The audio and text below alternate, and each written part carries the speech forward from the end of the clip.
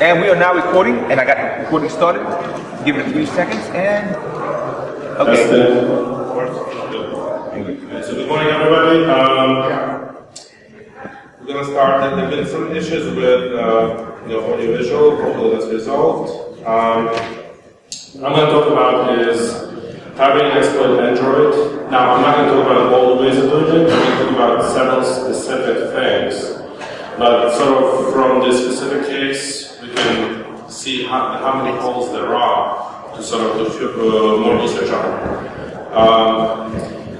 If any of you remember Firesheep, this is a similar type of approach. Don't do it unless you get legal advice. Or you ask your mother, or if your mother is a lawyer, it's even better. Because Firesheep, you get to someone's Facebook account. Here we're crashing devices while people have stuff running. Unclear what will happen. Just a short introduction. Until 4 weeks ago, I was a developer, specifically a mobile developer. I'm now in application security. I've done some bug bounties. My employer requires a disclaimer that they're not endorsing this talk, and I'm here in personal capacity. My security involvement really has been around email security, so if any of you are familiar with domain keys, SPF, those are the things that I initially involved with in 2003. There's some others standing toward that's non-security related. RC 4180. Anybody who's ever seen a CSV parser, it's probably referencing that particular document that I wrote, which happened incidentally, but I get emails all the time about parsing CSV files. Two parts to this talk. First, I'm going to talk about how you find the vulnerable devices. The second part is I'm going to go over some ways you can crash a device. Now, the goal, what I'm trying to do is, I don't care what device you're running, I don't care who you are. What I'm trying to figure out is, what is the security of your Android device? Specifically, what I want to know is what firmware is on the device, and then based on the firmware that I can target known exploits against it. Specifically on the Android side, it's more, as many of us know, patching doesn't always happen because there's no centralized control. Unlike on iOS devices get patched faster. So one of the things that I would like to know when I start doing this research is how can we do this for Android? How do we have what patches there are? Another thing is I'm not installing apps on the phone. I want to do this passively, just by monitoring network traffic, kind of like Firesheep. If you happen to be on a local network like here, ARP spoofing, watching Ethernet frames, whichever way you want to do it, thinking of the router.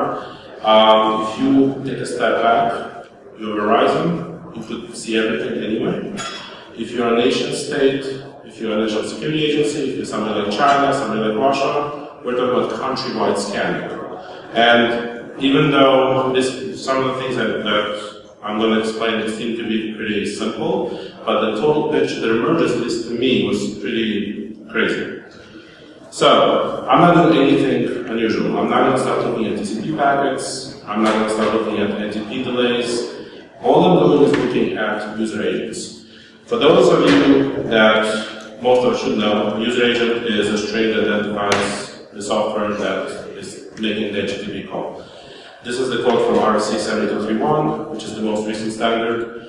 It should contain information about the software. It should send it with every request. What people do with that information is that they adjust the page depending on what's coming in. They're not supposed to do that. HTML5 standard actually tells people to try to guess the feature in JavaScript to detect that the feature is available now, but people do it anyway. Now, privacy. You're not supposed to include information in the user agent that identifies the person or the device. People do it anyway. Both the standard and Mozilla, this quote is for the Firefox phone. They say do not put information in there, but guess what? Everybody does it anyway. And this is the part where I sort of want to talk about. Some example of user agents, you got things ranging from browsers, all the ones on Mozilla. You have some that are very minimalistic, like for example, OpenHTTP is another library. It's got almost nothing. Perl, those libraries are very, very minimalistic. As you can see, the examples here, specifically Nexus, the iOS strings, the Windows Phone, there's extra stuff in those requests, and that's really what I want to talk about. Main question is, so user agents will be around forever.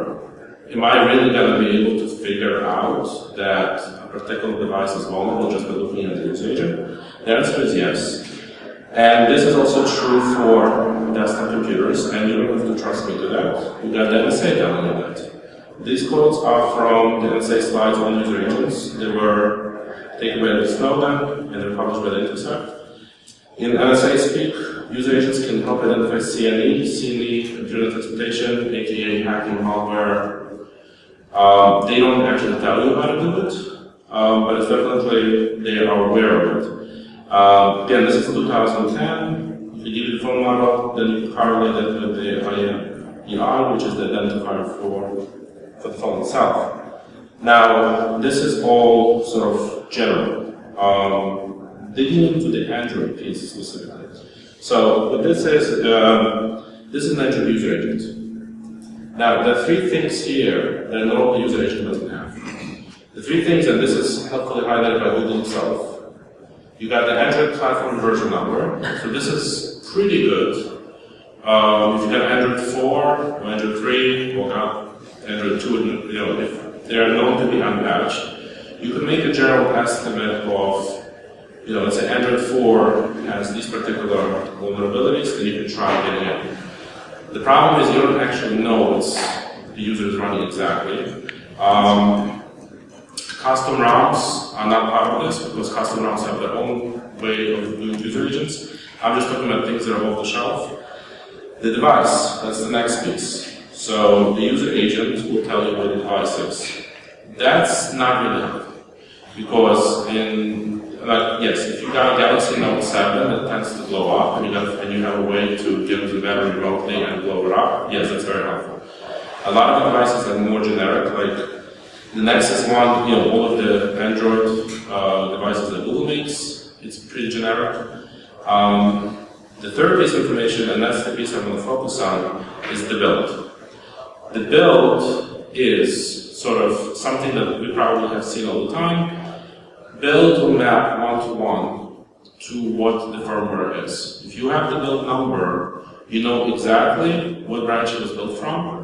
You know what exact version of Android is in there, and you also know what vulnerabilities this thing has and doesn't have. And there are a couple of things that the user agents by themselves seem pretty harmless, but if you start sort of adding to the picture, then things get pretty interesting. So these are the different examples of user agents on Android. So you got the Chrome web browser, that's the first one, and that's the one that basically just says Mozilla on it. You also got the web view. The web view varies slightly between Android 5 past Android 5. If you have an Android application that wants to have web browsing inside, they use a web view, they embed Chrome into their application. And those are the next two. And then you got the last one, the second last one, that is the HTTP client. That was used by everybody. You got running an app on Android, unless you do something different, that's the agent you get. The last two are things that are more unusual. If you're using any of those two libraries, that's what you get. You either get a user agent that has no information, or you get OKHTTP. And now, just sort of a side point, these are not set in stone, they're changeable. At least when you develop an application, but there are limits to that. So, if you have an Android device, these are the strings you look for. You're looking for either the browser and web, or they do something on the application layer. Obviously, the last two are pretty useless to us, but there's plenty of fire from the first ones. Now, the build itself, what is the build number? The image in the bottom is taken from the Azure Compatibility Definition. It's just an arbitrary number, letter, identifier. But what it does is, when you have a ROM build, it's got a unique build. at least within the official Google Android space or Google non-Google phones. Once you go outside of that space, you do custom routes, you do CRG routes, that doesn't necessarily apply, although for CRG routes they're also probably pretty standard. Now, if you have the build number, if you work with software, essentially it's equivalent to a software build, you package everything together, you push it out. That's what this Android build is. Google doesn't actually tell people, how to use it, they just say you have to use it. Now, here's the problem, and this is really the core of the problem with Android. For those of us who've used desktop devices, you got Windows, you got Linux, you got many patches that come in. Yes, Microsoft occasionally bundles out patches cumulative. Most of the time, you got individual patches, individual pieces of software. If you got a particular Linux box and a Linux box sitting next to it, they could be very different in terms of what patches they're applied. You take two Windows boxes, let's say they're both running Windows 10. Most of the time, they probably will match, but a lot of times people will locked out or a particular patch won't apply. And they are basically very granular. Now, the problem with mobile, and this applies also to devices like the Chromebook here, there is no modularity. If you want to update something, you got to do a new build. But what happens is Google and particularly other vendors, every time there's a security patch, they do a new build, give a new identifier. So what happens is that it's very easy to see, you got say 10 builds. This one has this one doesn't have it. This one has it, this one doesn't have it. It becomes pretty simple because they're very monolithic. The other problem also here is that, and I'm going to get to that later on, the fact that they're monolithic is a symptom, it's not the actual cause. The cause is that in Windows and Linux, you got the kernel and user space, they're separated. In Android and to some extent other mobile operating systems, a lot of them, what we call user space stuff, tends to go into the kernel level, and they kind of like get mixed matched, and they get packaged together, and that leads to some interesting attacks that I'm going to discuss later. So this is really the core. You have a build number, you can figure out where it is, but you have to have the information about it. So I looked around, I have not been able to locate a single database that contains every single build number and every single image that corresponds to it. But if you have the image, you can extract the build number automatically and the date when it was built and which branch it was built from, because those property files are packaged in the ROM. So for someone to go ahead and build a piece of software that does this, it's pretty simple. There's an extra bonus here. Google has a predictable scheme.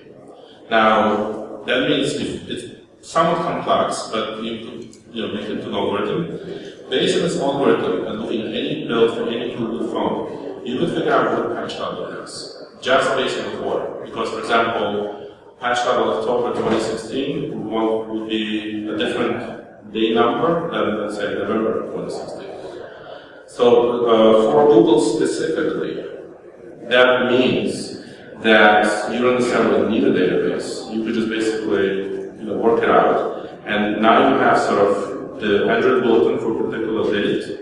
You have the builds that correspond to that date, and the CD numbers, and you can kind of draw the conclusion from there. You write a parser, automatically, and then you've got yourself an instant way to know which Nexus device is vulnerable to which CVE. Here are some examples. These are mechanisms, just random mechanisms I pulled off. The dates come when I was able to get them from the ROM image. So you got your Galaxy Nexus version 4.04. It's obviously vulnerable. You got your Nexus 5, which obeys the scheme we just discussed. You got your Sony Xperia. You got also some more unusual ones. Android 6.0 third developer preview. Blue Life. There was an exploit that came out 3 weeks ago that learned that blue phones have been called, ET called home to China. You want to find them? That's the way to do it. Last one is the Galaxy Note 7. Now, I don't know for a fact if an exploit exists like that, but if somebody has a way to blow them up, that's the way to find them. And the build is also very area to area sometimes.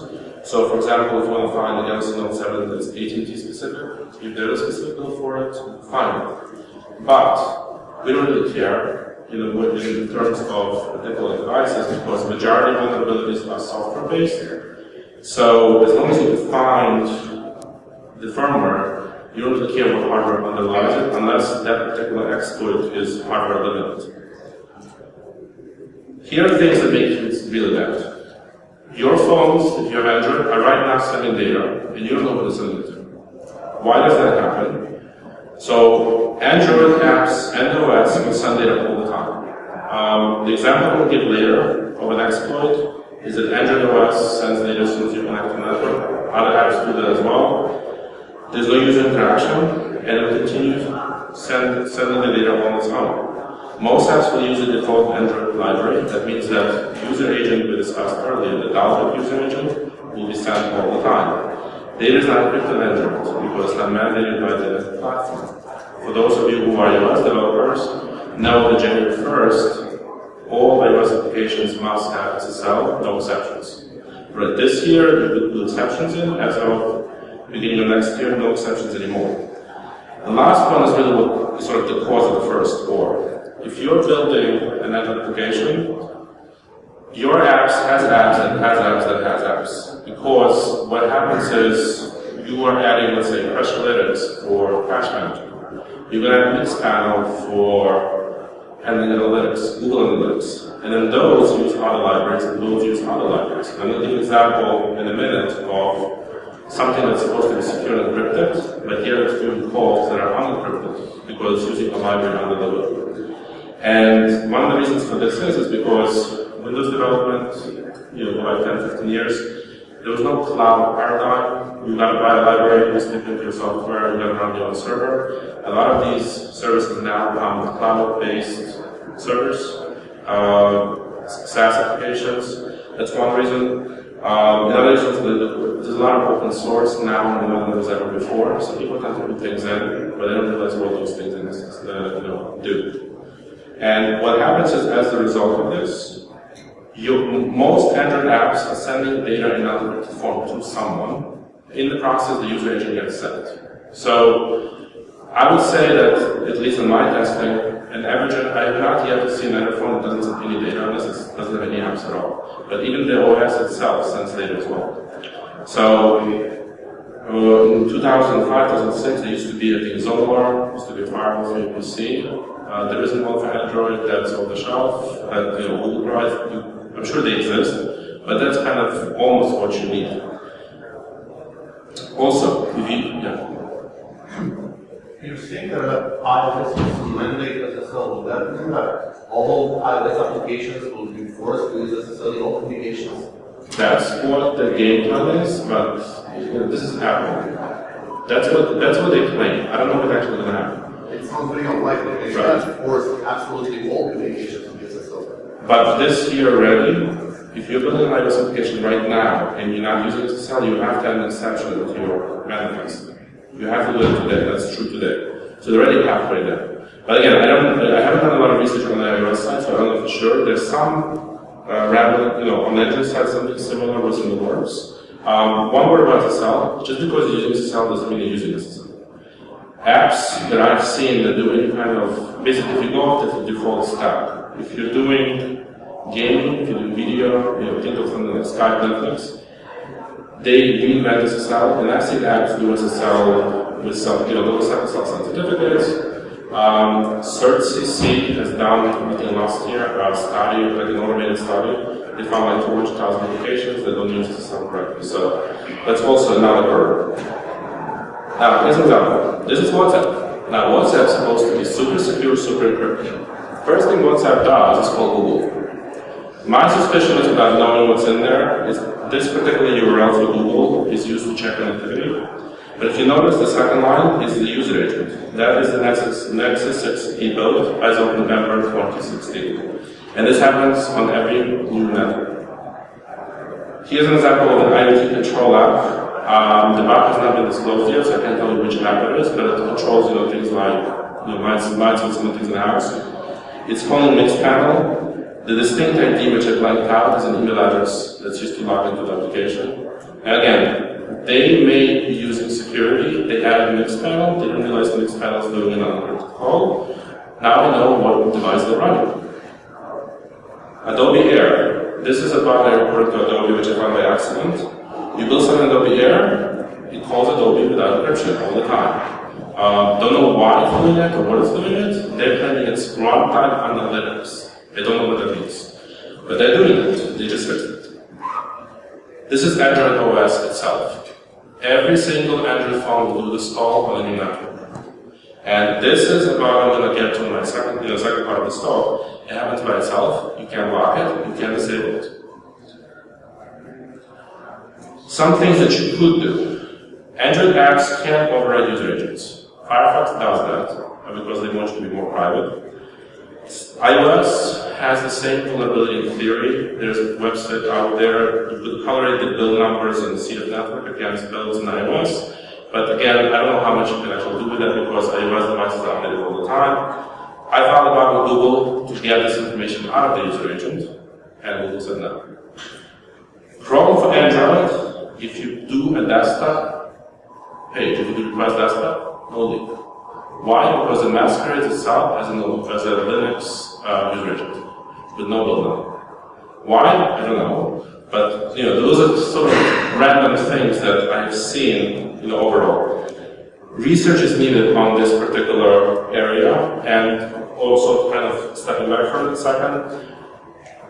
Android's app leak data all the time. This is one example what you can do with that data, but there are many, many more. I mean, there are so many things that go out of an Android device that this is just, I would be surprised, many more examples like this. So, bottom line here is, what I have found to be true is that most Android devices leak the user agent. Most user agents have the build number. Build number will give you the vulnerabilities. And that's the second part that I'm going to talk about. So the question is, okay, you got the firmware, what do you do? You got the firmware. So here's one example. This is staged-right. This is a screenshot from exploitation. If you look on the right side, those are build numbers. I didn't actually try this, but it would be trivial. Now, the reason why I picked staged-right specifically is because the attack is remote from the browser. You find the device, catch its Chrome traffic, stick an exploit in, you're done. I haven't tried this because my level of expertise does not extend to that level. But I will show you 3 things that I did try, which ended up crashing in front of me. Now, if you're like me and you can't write binary exploits, what are you going to do? These are 3 CVEs that crash Android phones. The first one, 6723, is pretty hard to pull off. It was fixed in November. The second one, 5348, is the one I was referencing earlier about GPS. Third one is not a direct one, it's unpatched. I do have permission from both Qualcomm and Google to discuss 5341. The patches to Qualcomm came out in September. Google's putting Android patches on Monday. I don't know what's in the patch, but they're claiming that they're putting the patches out.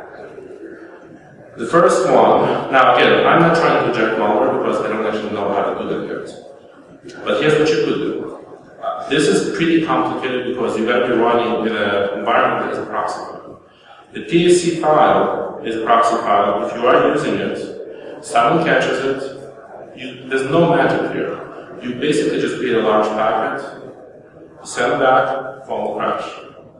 Now, there's something called WPAD, which Android, thank God, doesn't support. WPAD would auto-configure the proxy file. So if you have WPAD turned on, then as soon as you connect to the network, we'll configure the proxy and crash your phone. This doesn't happen today, but they're talking about it. One last thing, path files are not text, they're code. Question is, what's parsing that code, and is that what is vulnerable? So that's something else to look at. Here's the configuration for Android. Here's the actual proxy file. As you can see, it's JavaScript. To give you sort of a sense of time, this thing is from Netscape. It's like 1994. That's how old this is. This tenant really hasn't changed. It's in use today, but it's very hard to pull off because you got to find a user and a network that's actually using it. You got to entice them to put the configuration in, or install an app that does that. So pretty hard to pull off, but this is why it's happening. And this is where I started digging. This is an OS level process that pulls the file. If you notice the last line, streams that read fully. That is a code in Android that will completely read the file of the network without checking its level. You got 1 gigabyte working memory on Android, you read a 2 gigabyte file, it crashes. There's no check. Several problems. Why is this in the OS level? Why isn't this user space? Why aren't you checking the length? And the answer seems to be is that one is user space, kernel space, there's a lot of crossover on Android. Second thing is, we trust the network. And that's sort of what this bug is all about. The next one is way more interesting. This is the one that I showed you earlier. This dates back to 2007. The phone got a GPS chip from Qualcomm, it's getting that file. Why is it doing that? And people have spoken on the Android side, they've seen this file, there are forums full of it, oh, my GPS is not working, configure this setting, and it starts working. Now, the way GPS resolution works is you gotta find the satellites, that can take up to 2 hours. So Qualcomm came up with a shortcut. We'll give you the almanac data. The almanac data is the next, where each satellite will be in the next 7 days. Get rid of the internet, and then you can cache the satellites. So it's pretty innocuous. Same exact bug. You get a file large enough, phone crashes. If you don't, like in my experiments, if you have a network, you tune this thing on, you want to keep it in the file, phone crashes and crashes and crashes and crashes. So if you don't want someone in the network, that's one way of getting rid of them, just keep crashing the phone. Now, here's the scary part. This is Qualcomm's guidance from their booklet about how this works. On the bottom, you'll see what's actually happening. Qualcomm serves the file, it goes with the Java code, that's where the crash happened. That gets rid of the GNI code, which is C++ and Android. That goes into the modem. This thing hits the modem directly. Now, I can't think of too many vulnerabilities that allow you, network access to the Qualcomm modem without any user interaction, but this is one of them. Happens by itself, nothing you do to stop it, although I haven't tried disable location services. This is not an Android bug specifically, although this CVE was assigned to Android. This is the example of the file itself. It's called XTRA bin. If you can see on the bottom, it's coming from CloudFront, and this is why it's happening. It's happening because, same thing, nobody's checking the response of how big the file is supposed to be. It affects every single device that's got a Qualcomm chip. They've been doing this since 2007. I've only been able to crash Android. Microsoft and Apple claim that their devices are not affected. BlackBerry is affected if it's using the Android code, not I don't know about the other non-Android BlackBerries. Now, this is a little more scary, but it's also OS level. I managed to crash it on the Java side, which is the top. Now, it is possible to crash it lower, which is C++ code in Android, and also, theoretically, if it goes into the modem, bad things can happen. I haven't tried that, but I don't have the expertise for that. Now, here's the interesting thing. This was patched in October. Now, if we sort of go back here, there's a missing piece here. Why does this happen? And one of the reasons why this happens, if you look at the call, this is another encrypted call, this is not the sound. This is 2016-5341. Qualcomm has been serving these files without checksums and without SSL since 2007. In 2014, they have found out, or somebody reported that this is a problem. They've been fixing this since 2014. Android patches for this will come out on Monday. Again, this is a screenshot of what's happening. This is what their fix is. And again, I haven't seen the patch, don't know what it is. The files include almanac data for GPS, but now they added GLONASS and Adobe. There's no SSL. So one fix is they're going to add SSL. Second fix, they're currently delivering the two files on top. One is a binary file that has no checksum. The second one is a simple checksum, which is trivial to figure backward. XTRA bin is supposed to be the new super duper digitally signed file. So their fix is allow SSL, which considering they're on the CloudFront, is trivial, and also digitally sign the file. I don't know what the guidance to their OEMs has been, because it's proprietary. I would hope that the guidance is that the digital signature should be checked before your file gets injected into the modem, but I don't know. I really don't know what happens once that injection happens in the modem, where the verification happens at that level. This bug, Qualcomm has told their OEMs about it in September. Google doing a network patch on Monday. But this is not currently exploitable because the previous bug that I showed, 5348, was essentially exploiting this. I haven't tested other devices, but I talk about a couple of billion devices do GPS chips. What I was really hoping here is that you could mess up the GPS, get wrong readings, and the drone, the readings for the drone midair. But I wasn't able to do that. Qualcomm claims it's not possible to change the GPS readings by changing this file. I don't know. Two more things here. Another third thing. This affects the desktop. So this is AutoComplete. AutoComplete in the browser. Firefox, Chrome, IE. It also works on Android. I went and looked for this stream read fully. I found it in the Android browser for Android 4. It will crash, same way, no check. But the crucial difference is it's crashing on the user space level. So the browser crashes, and Google said they're not fixing it because it's not an OS level crash. It also affects desktop browsers. It will crash your Firefox browser. If you're using Ubuntu, it will freeze it. It will crash Chrome under certain circumstances. Now, the underlying core to this is that one of the top 5 search engines in the United States is AOL. So if you happen to switch to AOL that's not using SSL, that's what happens. So I would say who cares, because who's using AOL? But the search engine listings in the browsers and Android vary from country to country. Some countries, most search engines don't use SSL. Again, same exact impact. Do not trust the network. In the case of Firefox, one of the most scary things is that it's not actually a separate process. It's using XML HTTP request, lower level. So I haven't followed that through, but it's also kind of interesting.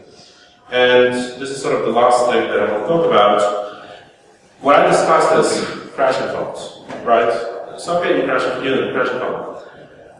These are some of the examples of what apps are doing. So for example, the second example is I've seen this in an app, which the bug has not been disclosed, I can't tell you which app. It does an update check. New version is released, it will tell the user. Block it, they'll never hear about it. Yes, they'll go into Google Play eventually an update, but till then they'll never hear about it. I've seen a shopping app that injects images and videos through non-SSL, the rest of the app is SSL. You can inject your stuff and make it go somewhere else. If you return a mail from a very large packet, you crash a specific app. The same way that I was able to crash the browser or the OS, but in the user space. So for example, if you're a carrier and doesn't want people to use a particular app, and that app is unlucky enough to be doing some sort of a check like that, without using interaction, that's your way of doing it. WhatsApp. What the original URL is a connection check. I haven't tried it, but if it's a connection check and you mess with it, WhatsApp within your offline, and then the sort of the secure transaction will happen. Don't know. Something to look at, but bottom line is, like what I said, all the beginning is that you can't trust the network, and you got to use an SSL. And some of the things you could do. So the user agent, this is the last slide. User agent specifically. If you are an app developer, you can change it. You could on Android, you can change it. iOS, not so easy. Use SSL. Use SSL correctly. Don't roll your own encryption. Don't roll your own SSL. Protect the user's privacy. Sort of a general thing is. If you never did an audit on your application, you don't know what it's doing, what it's sending. I mean, the application, the app that I'm using is an AppGoATM proxy that runs on Android. I just turn around and just see what's happening. It's called packet capture. It's trivial to try. If you haven't done that on your app, you don't really care about the users then. And you can't trust the network. The examples I gave earlier, you can't trust the network ever. And be cognizant of the things you're putting into your app. You have an app that's got 10 other services. You're secure using SSL, you're doing everything, what is your, the next panels of the world are doing? What APIs are they doing? Some of us application security like me, we do component checks, and often, like I said, components, and we find all kinds of stuff. If you are someone like Google, forcing app developers to use SSL, perhaps not as drastic as Apple wants to, but with an opt-out, maybe lead developers towards SSL, encourage it. Don't need data about user devices. The build number is not needed. It's an example. You don't need them. Why do you have it in there? And don't trust the network. Same thing, you really start with the network. If it's a GPS file, there are other examples in Google retrieves SMS blacklists. Why are you doing it with SSL? OCSP checks are done with SSL. There's actually a way to crash, I think OpenSSL is the way to do it in the DOS attack. Something similar happens in Android and iOS, I haven't tried it. Those are the kind of things that people should be looking at. And again, everything on this panel is very simple. There's no binary exploits here. It's just very simple capturing traffic, injecting traffic, crashing. So, but these are the things that I found and I want to share. Did we have any questions?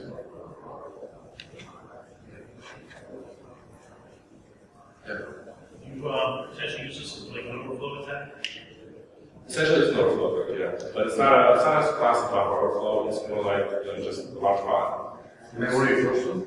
The what? Memory exhaustion? Yes. It's a very simple attack. It's not, it's just exhaustion of the overall Android memory. I'm not trying to figure out where the buffer overflow and stick something into memory. Vulnerabilities. So that's what I'm saying. It's very simple. What's your personal favorite user agent plugin? There is no user agent plugin. That's the problem. Firefox. Browsers. Firefox.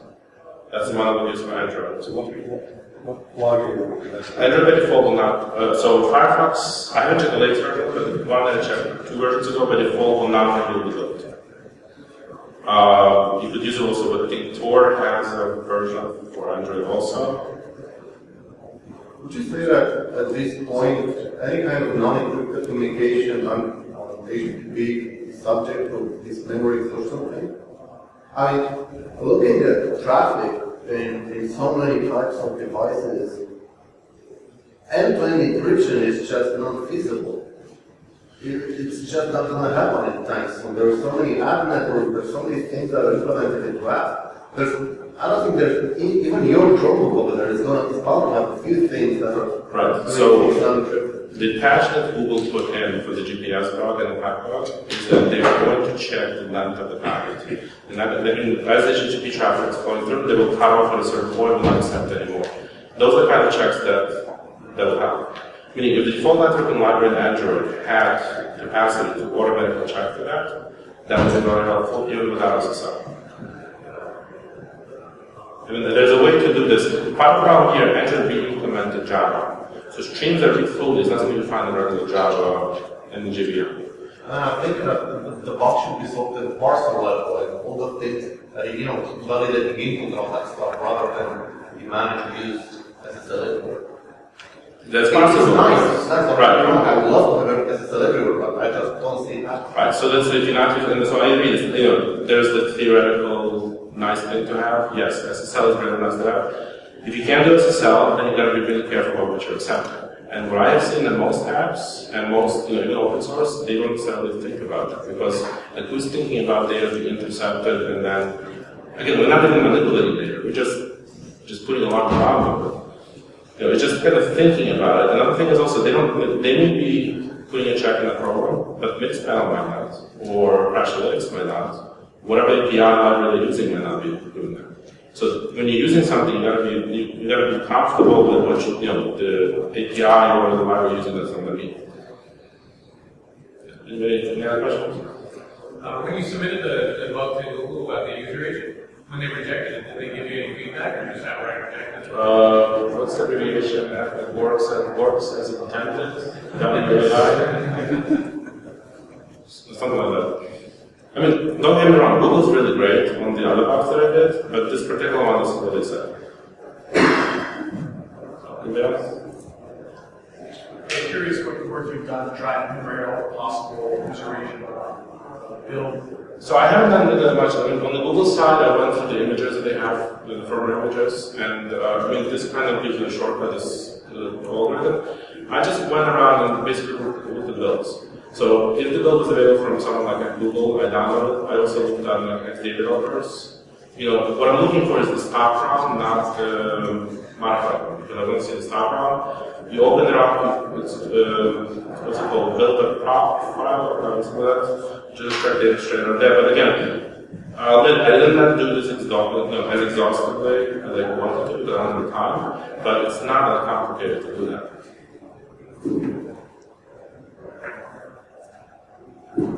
Another question. Thank you for having me, and enjoy the conference.